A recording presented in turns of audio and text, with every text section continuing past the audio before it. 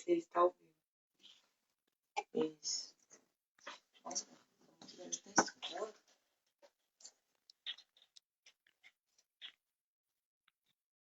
Isso. Aí, ela já acho que ela já entrou. Elzinha Rocha. Aí, bota aqui.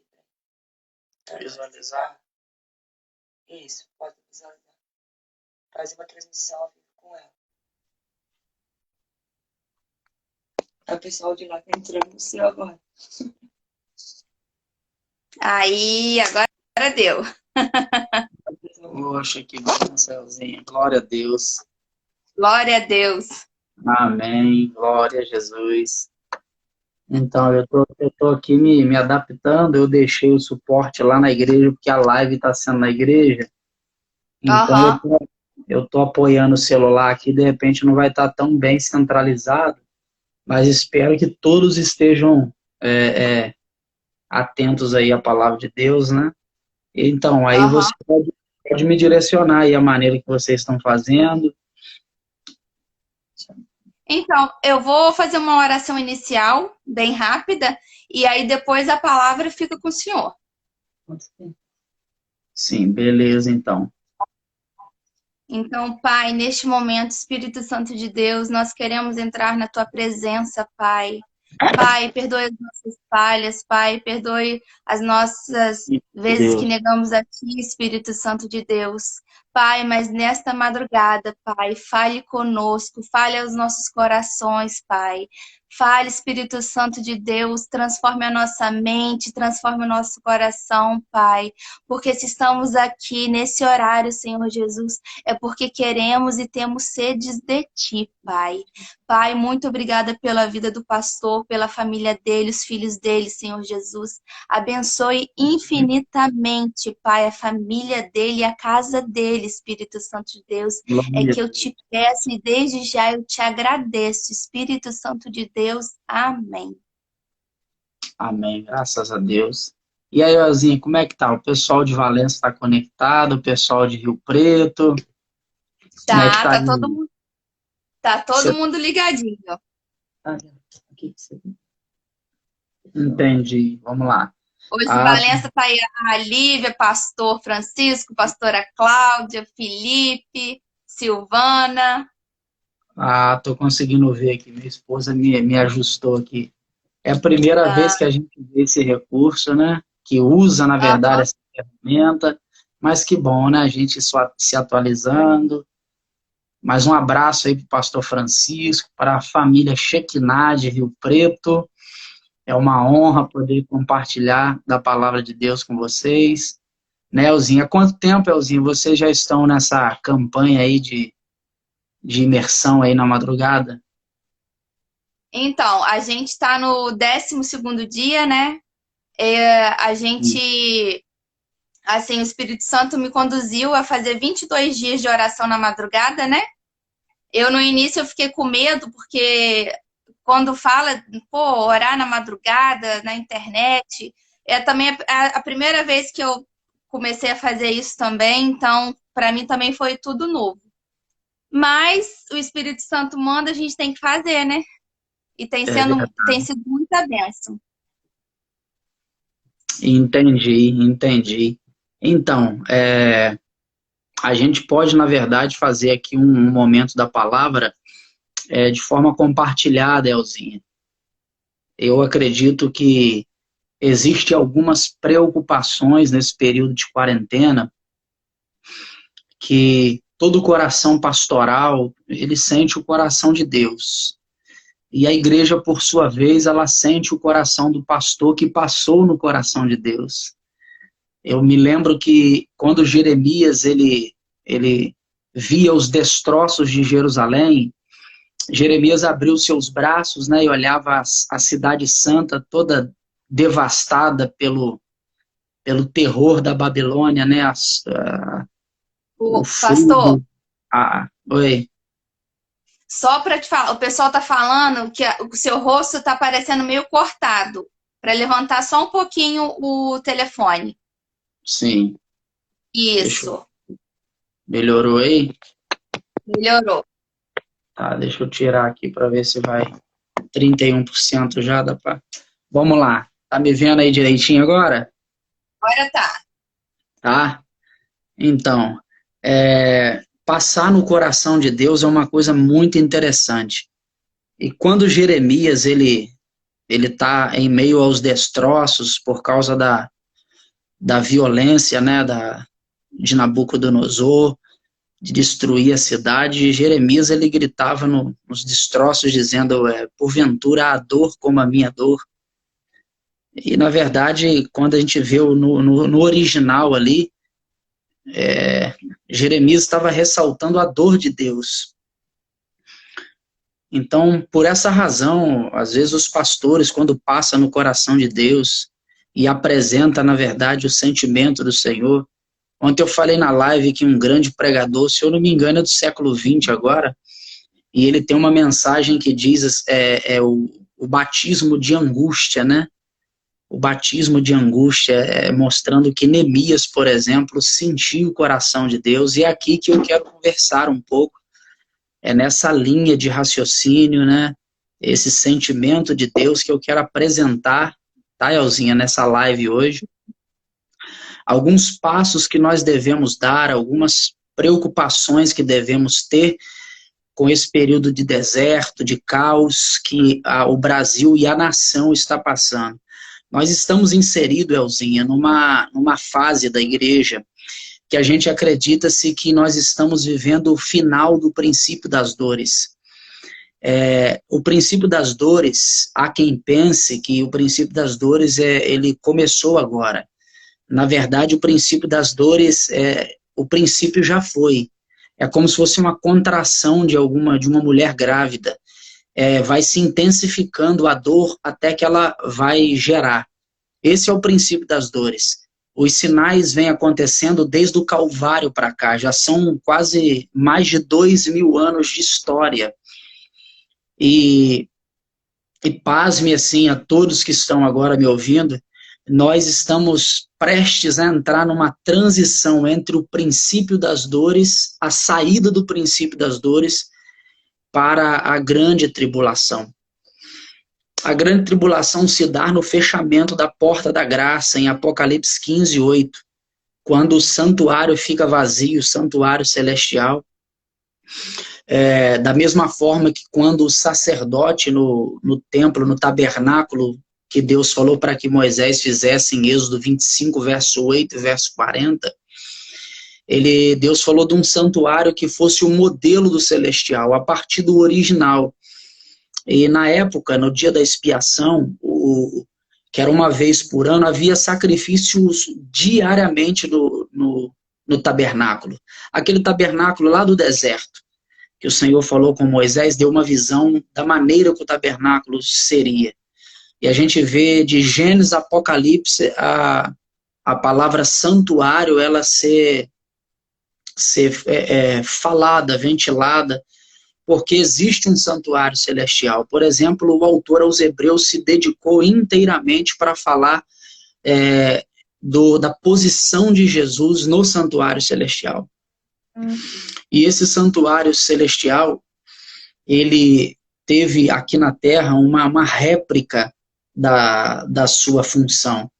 O santuário celestial, ele tinha uma função antes, na verdade, do pecado, e passou a ter uma outra função depois do pecado.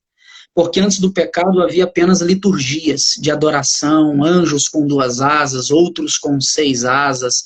A gente ouve falar de seres viventes, vê falar de 24 anciões. O céu existe, na verdade, uma liturgia de adoração. Só que após o pecado, o santuário celestial agora ele está num período de juízo e de justiça por conta do pecado. Justamente por conta do registro do pecado da humanidade. Há uma função agora na soteriologia, em prol da salvação do ser humano. E Jesus, ele está à direita de Deus no santuário celestial como sacerdote. Ele intercede por nós. Ele todos os dias apresenta o sacrifício da marca das mãos, dos pés. Ele mostra para Deus o sacrifício que ele fez por nós. e isso vai nos trazendo redenção. Só que assim como no tabernáculo terreno tinha o dia da expiação, o dia da expiação era o dia em que uma vez por ano o sumo sacerdote entrava no segundo compartimento mais santo do tabernáculo terreno e fazia uma oferta de sacrifício a Deus pelo pecado da humanidade e depois começava a fazer uma espécie de purificação para tirar todo o registro do pecado de 365 dias de sacrifícios diários no santuário. Uma vez por ano havia a purificação, o dia da expiação. E segundo o autor aos Hebreus e também Apocalipse 15, 8, lendo junto com Daniel 12, 1 e Apocalipse 22, 11, a gente percebe que Jesus ele está se preparando para o dia da expiação. E é muito interessante porque no dia da expiação é que ele apaga todo o registro de pecado, porque todos os nossos pecados são registrados no santuário celestial. E assim como o sacerdote fazia a purificação no dia de Yom Kippur, Rosh Hashanah, né, que é uma vez por ano, que é o 10º dia do 7º mês, conforme está na palavra de Deus, né? O dia da expiação, ele é muito interessante, porque Jesus, ele sai do santuário celestial, e nesse dia se encerra a porta da graça. Não há mais intercessão. A Bíblia diz que quem é sujo nesse dia, a partir desse dia, que se suje mais. Aquele que é limpo, que continue se limpando, aquele que é santo, que se santifique mais. Esse é Apocalipse 22, 11. Isso se dá exatamente no fechamento da porta da graça. Assim como a porta da arca se fechou no tempo de Noé, a porta da intercessão. Cristo deixa de ser sacerdote para interceder por nós e fica na posição de juiz. Então já vai uma aplicação, que coisa linda, né? Nós que temos Jesus como advogado, como sacerdote, como mediador, agora à direita de Deus, o nosso advogado, ele vai entrar numa posição de juiz. Você imagina, o nosso advogado sendo nosso juiz, a causa é ganha. Glória a Deus por isso, né? A causa é ganha, a causa é ganha. E eu até tentei aqui entrar, na verdade, alguns passos da vida de Neemias, mas eu estou tão atrelado ao Apocalipse, eu estou tão assim, desejoso de cumprir a palavra de Deus nesses últimos dias, que eu não paro de falar da profecia. Apocalipse capítulo 1, versículo de número 3, ele é uma revelação que Jesus dá a João em visão.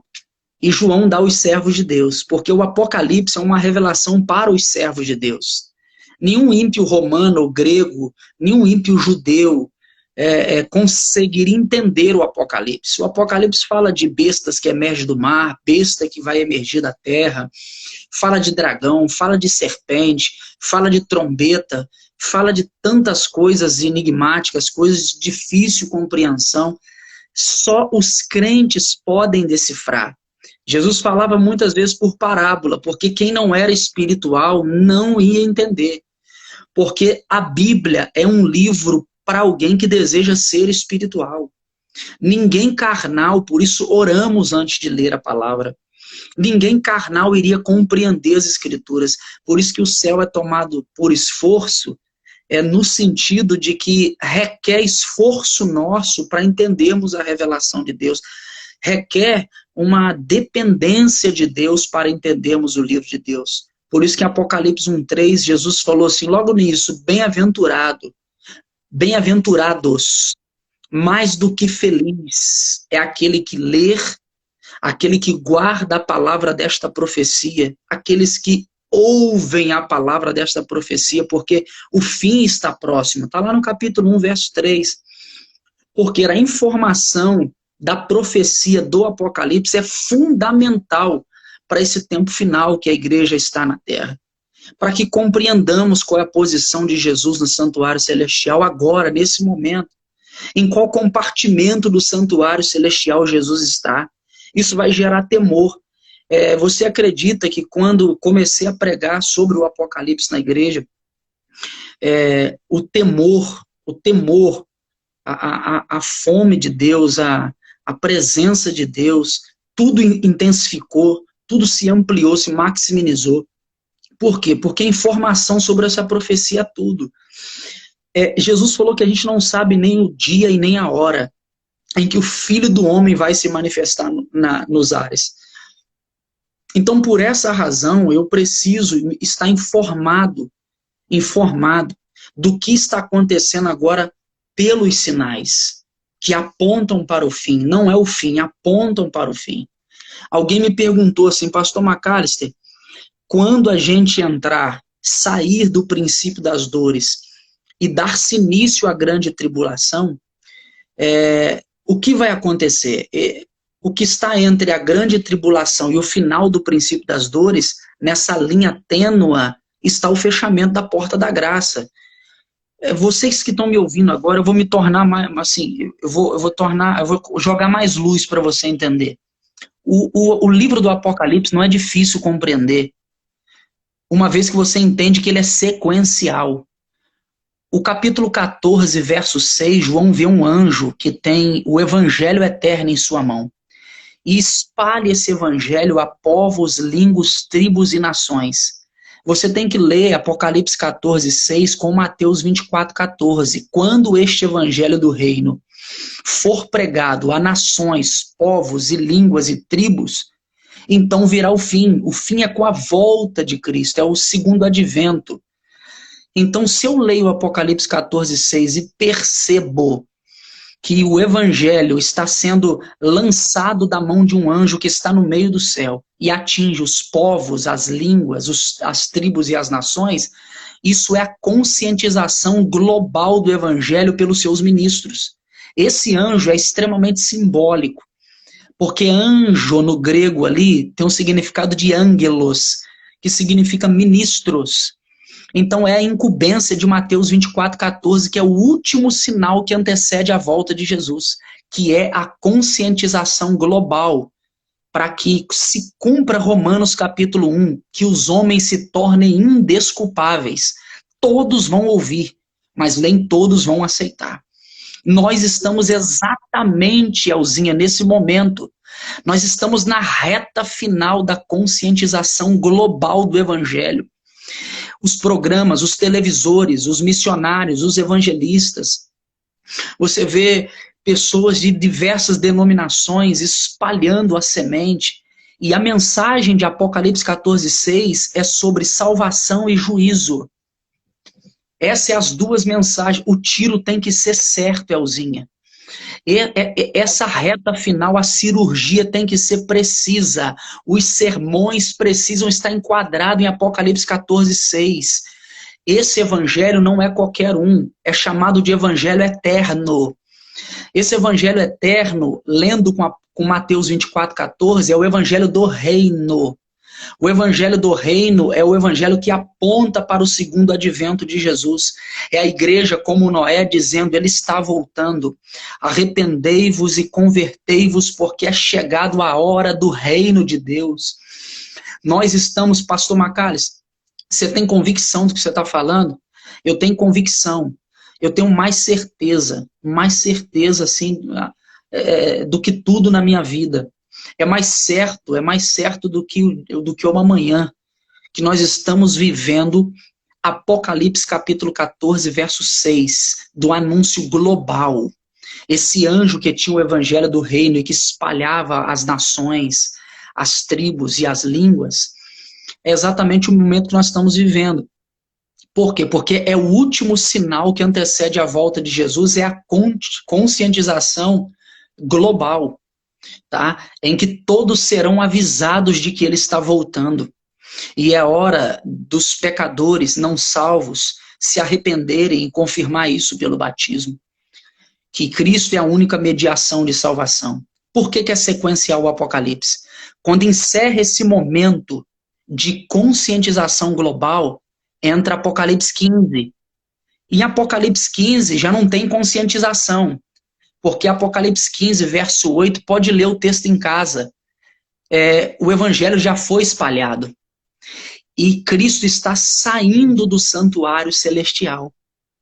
Quando Cristo sai da sua posição no santuário, assim como o sacerdote lá no tabernáculo no deserto saía no dia da expiação, e 7 trombetas eram tocadas pelo lado de fora, Israel inteiro sabia que o serviço do santuário naquele dia havia encerrado. Em Apocalipse 8 fala da 7ª trombeta. E a 7ª trombeta é culminada na volta de Jesus. E toda a igreja sabe exatamente que o serviço de intercessão de Jesus terminou no santuário celestial. Aí já não tem mais advogado. O Espírito Santo não convence ninguém mais do pecado, da justiça e do juízo. Aí o Apocalipse 15 encerra a intercessão, se cumprir no Apocalipse 22:11, que diz que aquele que é sujo, que se suje mais. Por quê? Porque quem é salvo não se perde mais. E quem é perdido não se salva mais, no fechamento da porta da graça. No capítulo 16 começa a grande tribulação, que é a primeira taça da ira de Deus. E assim, todo respeito com os irmãos que acreditam no arrebatamento secreto, mas o arrebatamento é só no capítulo 19. E a grande tribulação começou no 16, então a igreja está atravessando a grande tribulação no capítulo 16. E no 19 Jesus está voltando. Só que no capítulo 16, no derramamento das taças, a partir do verso 1º, verso 2º, mostra que as taças da ira de Deus não é contra os justos, é contra os que têm a marca da besta. Em contrapartida, os justos têm um sinal do Deus vivo. É Apocalipse 3:10, que nós dizemos que o Senhor vai nos guardar na hora da tentação. Não é uma promessa que Deus nos tira da grande tribulação, mas é uma promessa que Deus nos guarda a partir do primeiro derramamento da taça da ira de Deus até a 7ª taça. Na 7ª taça, a gente percebe que a igreja atravessa no capítulo 19, as bodas do Cordeiro estão preparadas, Jesus volta, busca a sua igreja. Olha que coisa maravilhosa. Eu não quero entrar assim nos pormenores da teologia, mas o que eu queria conscientizar ao meu amigo que está me ouvindo agora?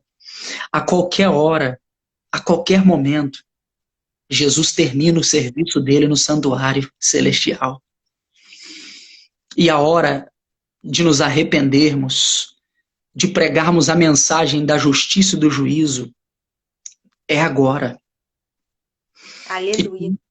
E quando este evangelho do reino for pregado a povos, línguas, tribos e nações, então virá o fim. E o fim é exatamente com o fim da salvação para o pecador não salvo. Não é o fim que o mundo vai acabar. É o fim de que o pecador não tem chance de se arrepender. Se ele é sujo, a única opção é continuar se sujando. Está lá em Apocalipse 22:11.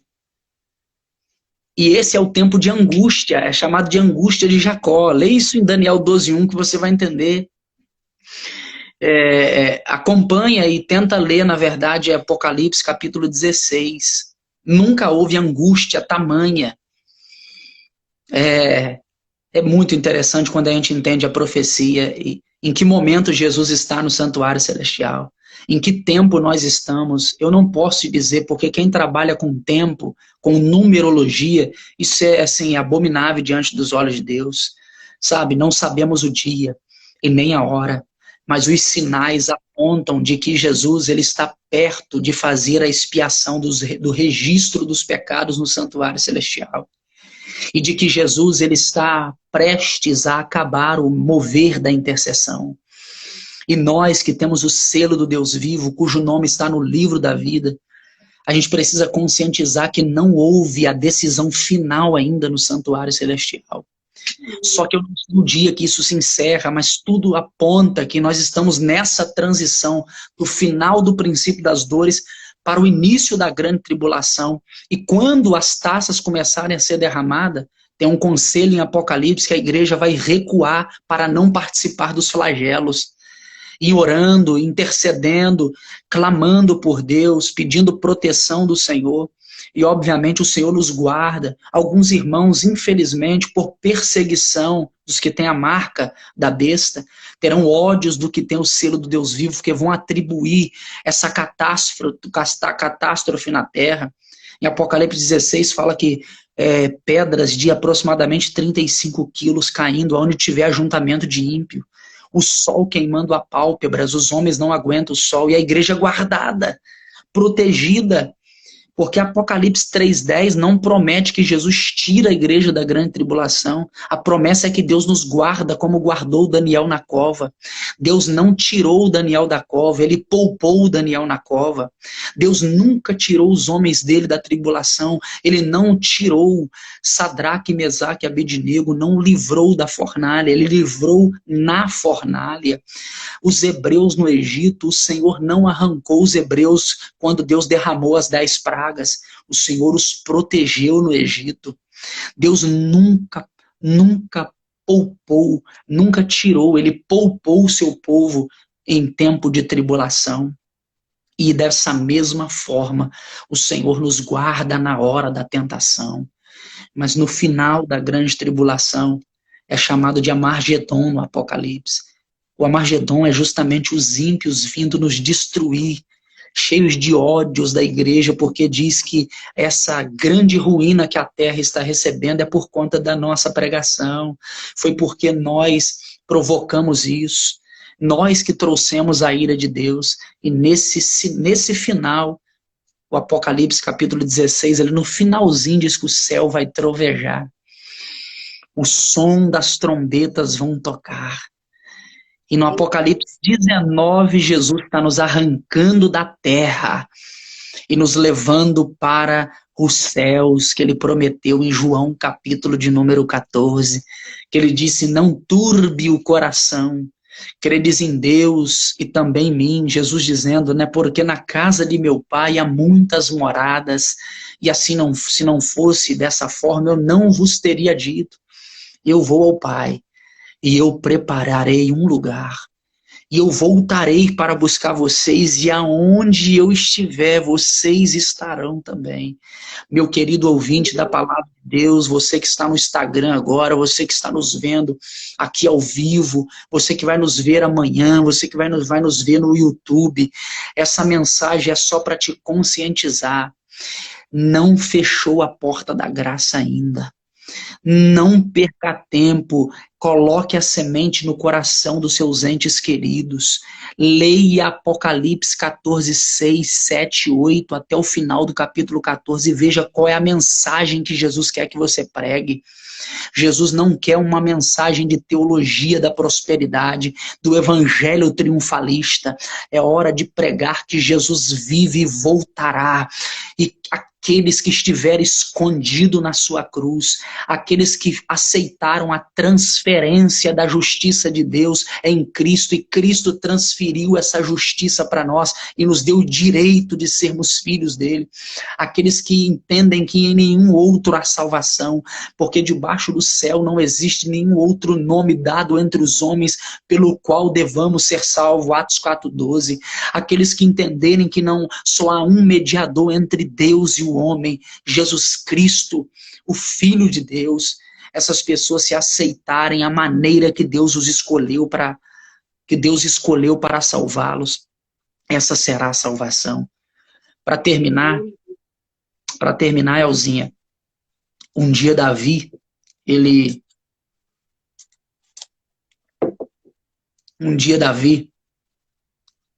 no Salmo 116, quando ele diz assim, o que darei eu ao Senhor, né?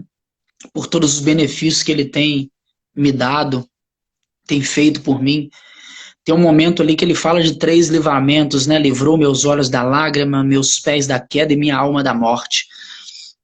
E mediante esses 3 livramentos, ele procura uma forma de ser grato a Deus. E ele falou assim, eu vou tomar o cálice da salvação. Tomar o cálice da salvação, ele estava dizendo assim, ele foi livre na guerra. Ele tinha sido livre dos seus adversários. E ele falou assim, por essa razão eu vou tomar o cálice da salvação. Sabe o que ele estava dizendo? Eu vou aceitar a maneira que Deus escolheu para me salvar. Eu não... E o evangelho é isso, é conscientizar as pessoas que elas devem aceitar a maneira que Deus escolheu para salvá-las. Foi em não poupar o seu único filho. O brasileiro é difícil aceitar as coisas de graça, eles querem fazer alguma coisa para não terem dívida com ninguém, mas com Deus seremos eternos devedores. Eu e você que está me ouvindo agora, você deve aceitar a maneira que Deus escolheu para te salvar. Não existe outra maneira. Não existe nenhuma outra forma. Não existe outra via. A única maneira que Deus escolheu para nos salvar foi pela morte de Jesus, porque não foi o ministério de Jesus que nos salvou. Não foi seus sermões. Não foi suas pregações. Não foi, na verdade, sua filosofia. O que nos salvou foi a sua morte. Por isso que na Santa Ceia nós lembramos da morte, ele faz questão, ele falou, olha, fazer isso em memória de mim. Memória vem de memorial, aquilo que marcou e precisa ser lembrado. É por isso que na ceia nós nos lembramos da morte de Jesus, porque a morte de Jesus é a maneira que Deus escolheu para nos salvar. Isso é tomar o cálice da salvação. Isso é que nós devemos fazer. Aceita de uma vez por todas o amor de Deus. Aceita de uma vez por todas que esse amor te persegue e te achou. O amor de Deus, a única forma de agradar a Deus é aceitando o seu amor. Não precisa de fazer mais nada, aceita o amor de Deus. Aceita a maneira que Ele escolheu para te salvar e tome o cálice da salvação. Isso é aceitar a única maneira que Deus escolheu para nos salvar. A religião vai impor vários obstáculos, várias crendices e segmentos religiosos vão querer mostrar outras maneiras para sermos salvos. O espiritismo vai pelo caminho do karma, do nirvana. Infelizmente, alguns segmentos vão pelo caminho de ídolos, de mediadores de barro, de pedra, mas nós que chamamos Deus de Abba, porque recebemos o penhor do Espírito Santo, Ele nos dá a convicção de que devemos aceitar a única maneira que Deus escolheu para nos salvar, que é porque Deus nos amou de tal maneira que nos deu o seu único Filho para crermos e por essa fé sermos salvos e não condenados.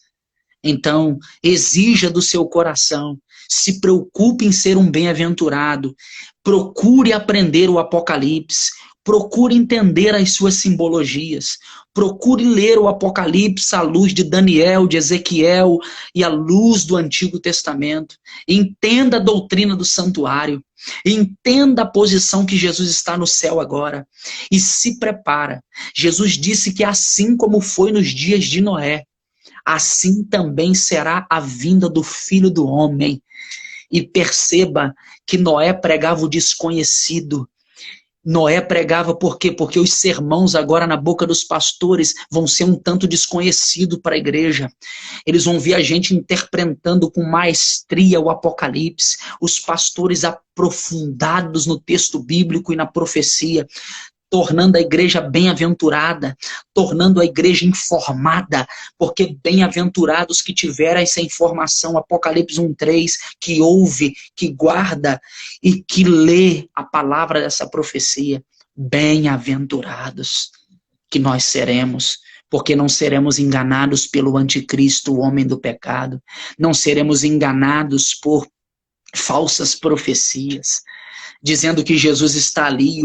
Eu estava vendo agora, Elzinha, que o poder secreto, aquele do Illuminati, a gente está vendo tantas coisas aí, a questão de ordem mundial, criando alguns holofortes, desenvolvendo satélites espalhados pelo mundo inteiro para criar imagens no céu, imagens de Jesus, imagens de anjos. Paulo falou aos Tessalonicenses que eles vão desenvolver uma suposta volta de Jesus. Haverá uma mentira. E se nossos filhos e netos não serem bem-aventurados, entender, reforça a escola bíblica. A igreja tem que deixar de ser profética e voltar a ser doutrinária. Chegou o tempo, não que não seremos proféticos, mas é o tempo de mergulharmos no ensino bíblico.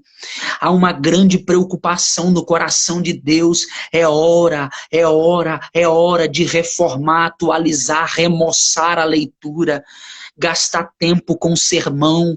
É hora de voltar, é hora de desenvolver materiais. É hora de ver uma teologia limpa, encomendar, criar a escola, reforçar a escola dos adolescentes, dos jovens, dos homens, em nome de Jesus.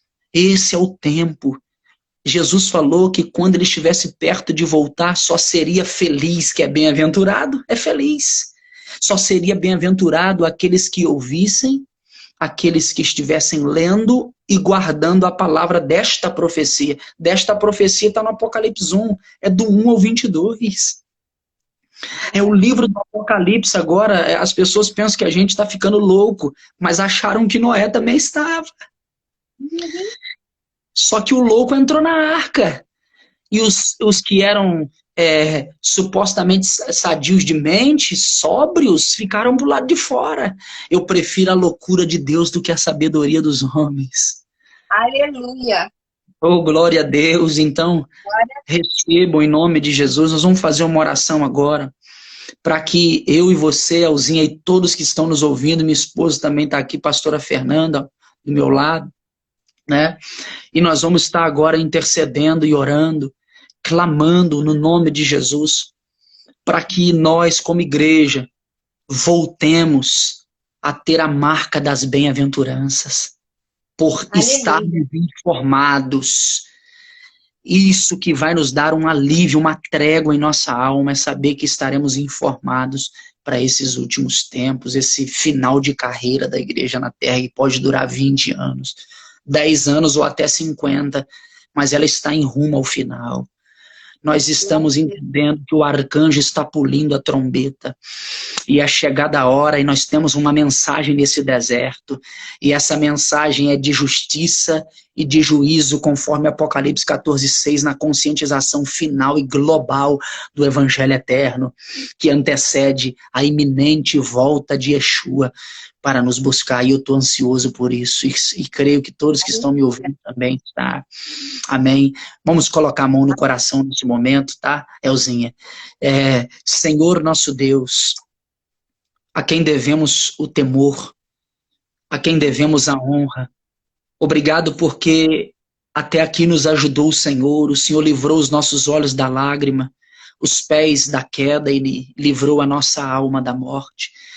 Meu Deus, que nessa busca na madrugada, que nesse clamor de campanha, nós estamos assiduamente aplicados à oração, Senhor, a ministração da palavra, e eu oro para que nossos corações sejam arrebatados para entendermos esse tempo. Senhor, que o Senhor vire essa chave apocalíptica, que o Senhor possa virar, meu Deus, abrir esse novo portal para a igreja, dar o entendimento, o conhecimento, nivelar nossa paz pela informação do Apocalipse, da revelação do Senhor. Então prepara a tua noiva, prepara a tua amada, e seja conosco, Jesus. Comece a trocar nossas vestes, que babá, badobidei, canta, catura barraia, Hurabarrai, Sequemidácia. Alguns precisam receber o anel, voltar, e que esse moço, essa moça, esse homem de Deus, essa mulher de Deus, ache de volta o caminho do aprisco, que haja arrependimento em corações de pessoas que destraviaram, estão como ovelhas perdidas, que precisam retornar para o braço da sua liderança, de seus respectivos pastores. Encontra essa vida agora, Jesus. Salva agora, continue tomando a igreja de Minas Gerais, continue tomando as igrejas, o projeto Shekinah, o ministério de pregar aqui em Angra, continue abençoando o nosso apóstolo Evaldo, continue abençoando, meu Deus, agora todos os pastores, os missionários, em nome de Jesus Cristo, Senhor da glória, honra a nossa cobertura, honra o teu povo, meu Deus, põe agora a palavra certa para esse tempo final, no nome santo de Jesus, e a igreja diga amém, e diga graças a Deus. Amém, Alzinha, a direção está contigo agora, em nome de Jesus. Em nome do Senhor Jesus. Só queria agradecer mesmo por você ter disponibilizado aí, né, e estar entregando esse manto fortíssimo aí pra gente, né, que é a palavra de Deus, né? Muito obrigada mesmo, agradeço você, a sua esposa, Fernanda. Amém. Né, porque o horário é meio diferente, mas para Deus a gente faz o sacrifício. É verdade, Elzinha, aqui a gente também parabeniza o trabalho, a iniciativa de poder espalhar o evangelho do reino, né? Já que estamos inseridos nesse período de conscientização global, que é o último sinal que antecede a volta de Jesus. É só ler Mateus 24:14, é o último sinal. Há alguns desastres antes, alguns sinais estranhos de pandemia, epidemia, reino contra reino, nação contra nação. Aí o último sinal tá do evangelho do reino sendo espalhado mesmo e alcançado a todos, mas nem todos vão, infelizmente, recebê-lo como um meio de salvação. Então, parabéns, tá, Elzinho, pela iniciativa. Tá, muito obrigada, tá? Agradeço a todos que estiveram aí juntinhos com a gente, mais uma madrugada. E amanhã tem mais, amanhã teremos um outro convidado, tá? E tá sendo um benção, pastor. Muito obrigada, tá? Amém. A gente acha no YouTube Então, eu vou baixar ele agora e amanhã deve estar. Eu te mando o link. Tá bom, então. Deus abençoe, então, tá, Elzinha? Tchau, Tá bom, tchau. fica com Deus. Tchau, Um um abraço abraço. para todos aí também. Tchau.